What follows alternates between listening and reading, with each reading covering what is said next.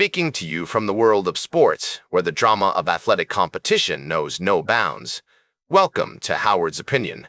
This is Howard Closewell speaking, and I'm delighted to share with you the top story of the day.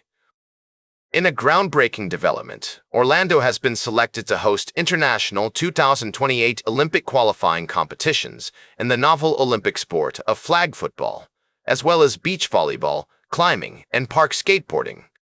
In my humble opinion, this is a watershed moment for the city of Orlando, which will join Tokyo, Shanghai, and Montreal as one of 4 cities hosting Olympic Q-Series competitions. The event, scheduled to take place from June 8th to 11th, 2028, will determine the last 3 men's teams and women's teams in the Olympic flag football field of 6 teams each. Ladies and gentlemen, this news has far-reaching implications for the world of sports, particularly in the realm of flag football. As NFL Commissioner Roger Goodell aptly noted, he absolutely expects to see active and retired NFL players participating in the 2028 Olympics. The intersection of professional football and Olympic competition will undoubtedly create a fascinating dynamic, one that we will be monitoring closely on this show. As we delve into the intricacies of this story, it's essential to consider the broader social context.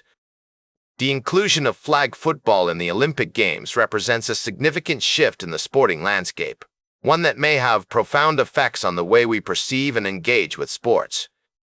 Tell it like it is.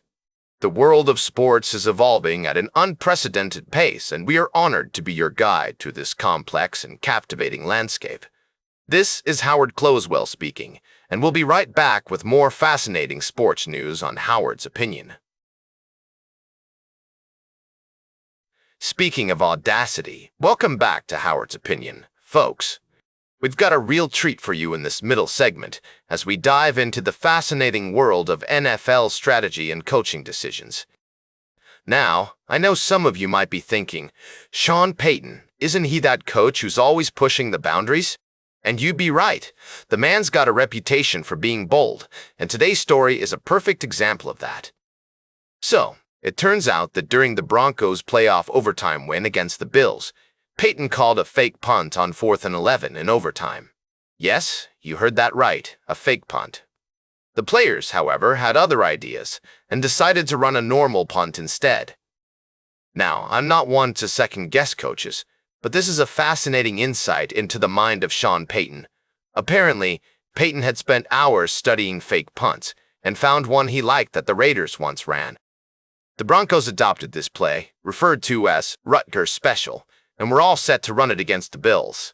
But, as we now know, the players changed their minds at the line of scrimmage and punted the ball away instead. Now, I've got to ask, what would have happened if they had run that fake punt?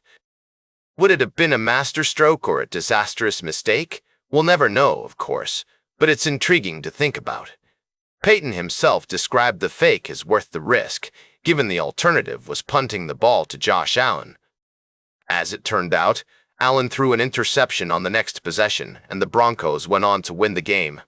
But I've got to say, folks, this story raises some interesting questions about coaching decisions and player autonomy. Should the players have trusted Payton's instincts and run the fake punt, or did they make the right call by playing it safe? These are the kinds of debates that make football so compelling, and we'll continue to explore them here on Howard's Opinion. For now, let's just say that Sean Payton's got a reputation for being bold, and this story only adds to his legend. Moving on, we've also got some other interesting news from the Broncos camp, including a look at some of their lesser-known players who might be making a push for a roster spot. Guys like Tyler Beatty, Matt Henningsen, and Jaden Robinson are all worth keeping an eye on as they try to make a name for themselves in the NFL. As we wrap up today's discussion, let's shift our focus to the evolving landscape of NFL offenses, particularly under the guidance of Sean McVay, the bellwether of modern offensive trends. Speaking to you from the heart of the sports universe, it's clear that McVay has been at the forefront of innovation, continuously reinventing himself and his schemes since his early days with the Los Angeles Rams. This is Howard Closewell speaking, and I must say, The way McVay has adapted, especially after the 2018 Super Bowl defeat to Bill Belichick, is a testament to his exceptional coaching prowess. The NFL, known for its copycat nature, sees teams emulating not just McVay's strategies but also his approach to roster building, as evidenced by the recent draft trends favoring run-blocking tight ends earlier than usual. Tell it like it is. The Rams' experimentation with heavier personnel packages and the increased utilization of tight ends is the newest wave that other teams are trying to catch up to. But here's the thing, ladies and gentlemen. By the time these teams think they've figured out McVay's current strategy, he's already on to the next evolution. This is the drama of athletic competition, where adaptability is key to success. In my humble opinion, what is fascinating is not just how McVay stays ahead of the curve, but also how his innovations ripple through the league. The question on everyone's mind now is, what's the next curveball he'll throw at defenses? Could it be an up-tempo offense, and does the hiring of Cliff Kingsbury hint at such a strategy? And let's not forget the role of run-blocking tight ends in making heavier personnel packages work. It's a cat-and-mouse game between offenses and defenses, each trying to outmaneuver the other. This brings us to the broader discussion of whether NFL defenses are better than they've ever been. The evolution of defensive strategies, coupled with rule changes favoring offense, presents a complex dynamic that coaches like McVay must navigate. So, as we look towards the upcoming season, one thing is clear: Sean McVay and the Los Angeles Rams will continue to shape modern offenses in the NFL. How it happens remains to be seen, but one thing is for sure: it will be a fascinating journey to watch. That's all for today's Howard's Opinion.